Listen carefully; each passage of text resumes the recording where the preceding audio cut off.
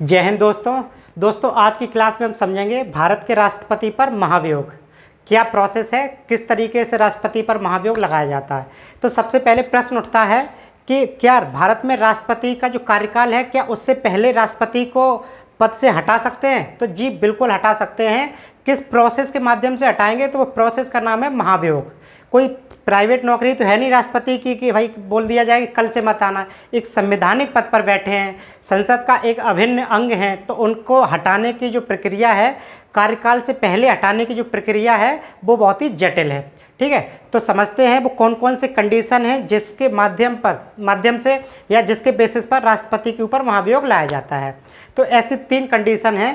पहली कंडीशन है कि राष्ट्रपति पागल हो गए हों। दूसरी कंडीशन है कि राष्ट्रपति जब जो मंत्रिमंडल है या फिर जो प्रधानमंत्री हैं उनकी बात को ना मान रहे हों। ठीक है, उनके जो भी मतलब साइन करवाने के लिए हो जो भी प्रस्ताव है उसको वो इनकार कर दे रहे हों। तीसरी कंडीशन है कि जो भारत के जो राष्ट्रपति हैं वो किसी दूसरे देश के इन्फ्लुएंस में आ गए हों, दूसरे देश के प्रभाव में काम कर रहे हों। ठीक है, तो ये 3 कंडीशन है, इसके बेसिस पर राष्ट्रपति के ऊपर महाभियोग लाया जा सकता है। अब क्या है, अब जो भारत का जो संविधान है अगर उसमें डायरेक्ट ऐसे लिख देते कि अगर मंत्रिमंडल की या प्रधानमंत्री बात नहीं मान रहे हैं तो उन पर महाभियोग लाओ, तो थोड़ा अजीब सा लगता। तो भारत का जब संविधान बनाया जा रहा था तो डॉक्टर भीमराव अंबेडकर जी ने इसको थोड़ा मतलब अलग लैंग्वेज में लिखने की कोशिश करी है। तो बोला गया कि भारत के राष्ट्रपति द्वारा संविधान का अतिक्रमण अगर करते हैं, संविधान का अतिक्रमण अगर करते हैं, वॉयलेशन करते हैं, मतलब उस वॉयलेशन कैसे होगा।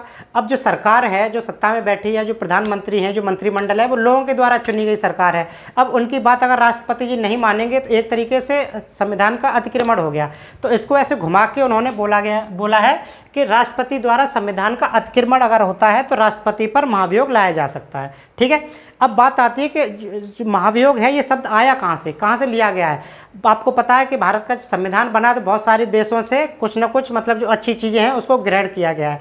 तो जो राष्ट्रपति पर महाभियोग चलाने की जो प्रक्रिया है उसको यूएसए से लिया गया है। ठीक है, कहाँ से लिया गया है, यूएसए से लिया गया है। राष्ट्रपति पर महाभियोग चलाने की जो प्रक्रिया है उसको इम्पीचमेंट बोलते हैं इंग्लिश में। ठीक है, अगर आपसे पूछा जाए कि भारत का जो संविधान है उसमें कौन सी आर्टिकल में चर्चा की गई है महाभियोग के बारे में, तो आर्टिकल 61 के अंदर चर्चा की गई है राष्ट्रपति पर महाभियोग के बारे में।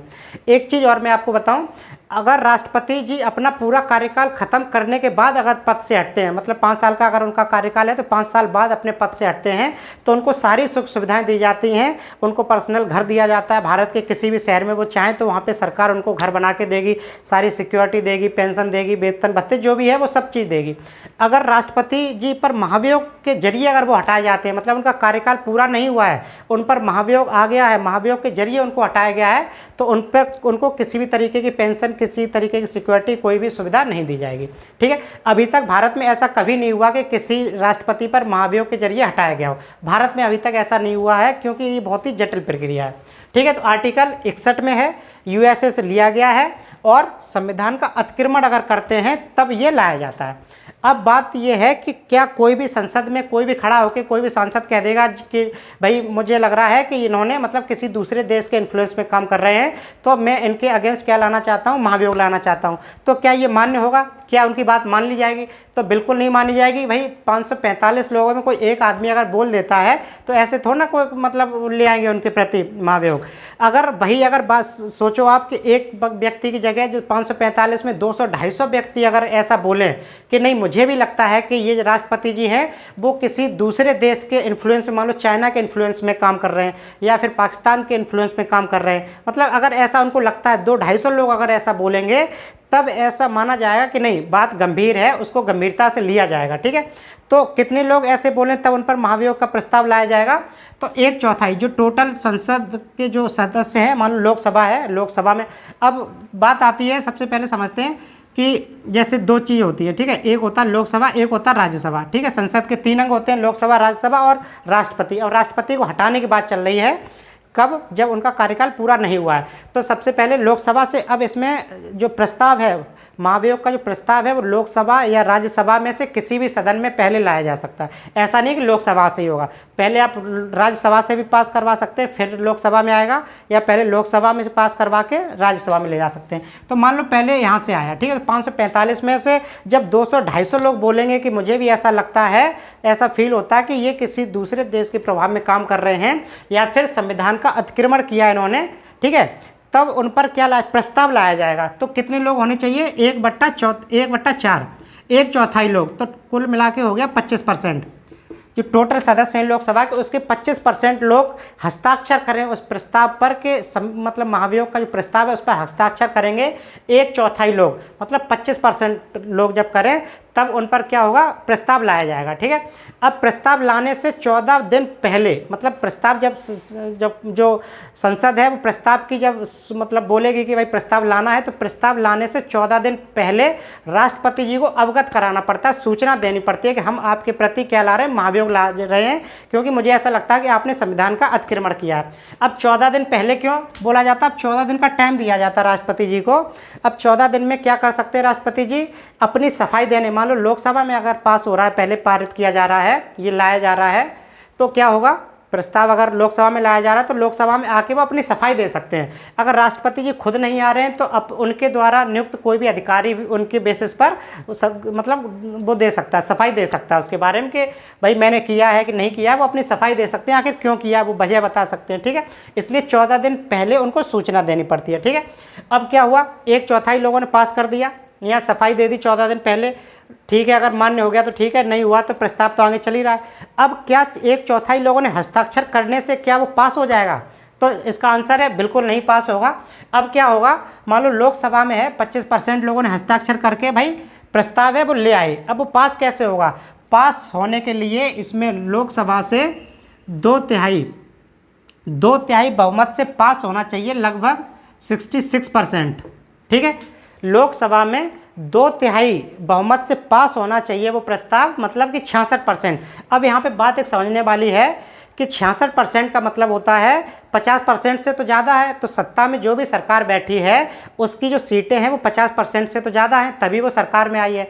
तो 50% से ज़्यादा है मतलब 1/4 से तो ज़्यादा है, मतलब 25% से ज़्यादा है, तो प्रस्ताव को तो वो ला सकते हैं, महाभियोग का जो प्रस्ताव है उसको तो ला सकते हैं। लेकिन अब बहुमत की बात आती है, पारित होने की जब बात आती है तो 2/3 चाहिए, मतलब 66%। तो 66% मतलब आते नहीं है इतने, बहुत ही अब 545 में किसी की 500 सीट आ जाए, 480, तब तो 66% हो सकता है, ठीक है। तो यहाँ पे पास कराने के लिए क्या होता है? बहुमत से पास कराने के लिए 2/3 से विपक्ष का भी सहारा यहाँ पे लेना पड़ता है, और आपको पता है कि विपक्ष कभी भी किसी गलत काम में सहयोग नहीं करता है, ठीक है, गलत काम में सहयोग नहीं करेगा। तो यहाँ पे इसलिए विपक्ष, इसमें विपक्ष को भी अगर लगता है कि नहीं, मुझे भी लगता है कि इन्होंने अतिक्रमण किया है, तब तो वो सहयोग करेंगे यहाँ पे। तो बहुत ही जटिल प्रक्रिया है, आसानी से विपक्ष करता नहीं और विपक्ष की इसमें सहायता लेनी पड़ती है, ठीक है। तो 66% में, इसीलिए इसको जब राष्ट्रपति का जो निर्वाचन होता है वो भी एक जटिल प्रक्रिया है, तो अब जाहिर सी बात है कि उनको हटाने की और ज़्यादा जटिल प्रक्रिया होगी। एक संवैधानिक प्रमुख हैं, वो संवैधानिक पद पर बैठे हुए हैं, ठीक है। तो लोकसभा से पास हो गया 2/3 से, उसके बाद तुरंत चला जाएगा इसमें क्या होगा? इसमें भी 2/3 बहुमत से पास होगा, मतलब 66%।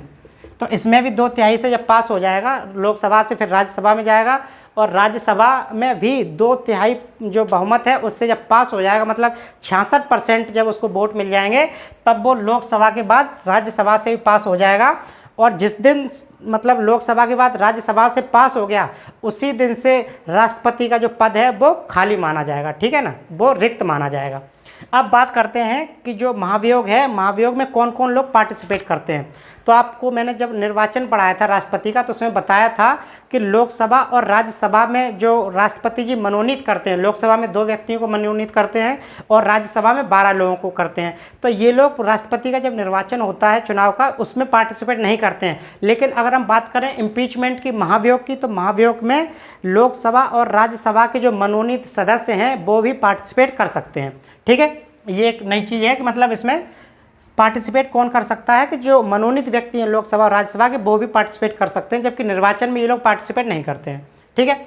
नेक्स्ट है कि राज्य की विधानसभा, ठीक है, राज्य की विधानसभा और दिल्ली और पुडुचेरी की विधानसभा और केंद्र शासित प्रदेश की विधानसभा के जो निर्वाचित सदस्य हैं ये इसमें पार्टिसिपेट नहीं करते हैं। जबकि याद करिए, मैंने आपको जब निर्वाचन पढ़ाया था उसमें बताया था कि राज्य की जो विधानसभा है दिल्ली और पुडुचेरी, उसके बाद जो केंद्र शासित प्रदेश की विधानसभा हैं इसके जो निर्वाचित सदस्य हैं वो लोग भी पार्टिसिपेट करते हैं किसमें, राष्ट्रपति के निर्वाचन में। लेकिन अगर हम महाभियोग की बात करें तो ये लोग पार्टिसिपेट नहीं करते हैं। ठीक है, कौन करेगा, लोकसभा और राज्यसभा के जो निर्वाचित सदस्य हैं और मनोनीत सदस्य हैं वो भी पार्टिसिपेट इसमें कर सकते हैं।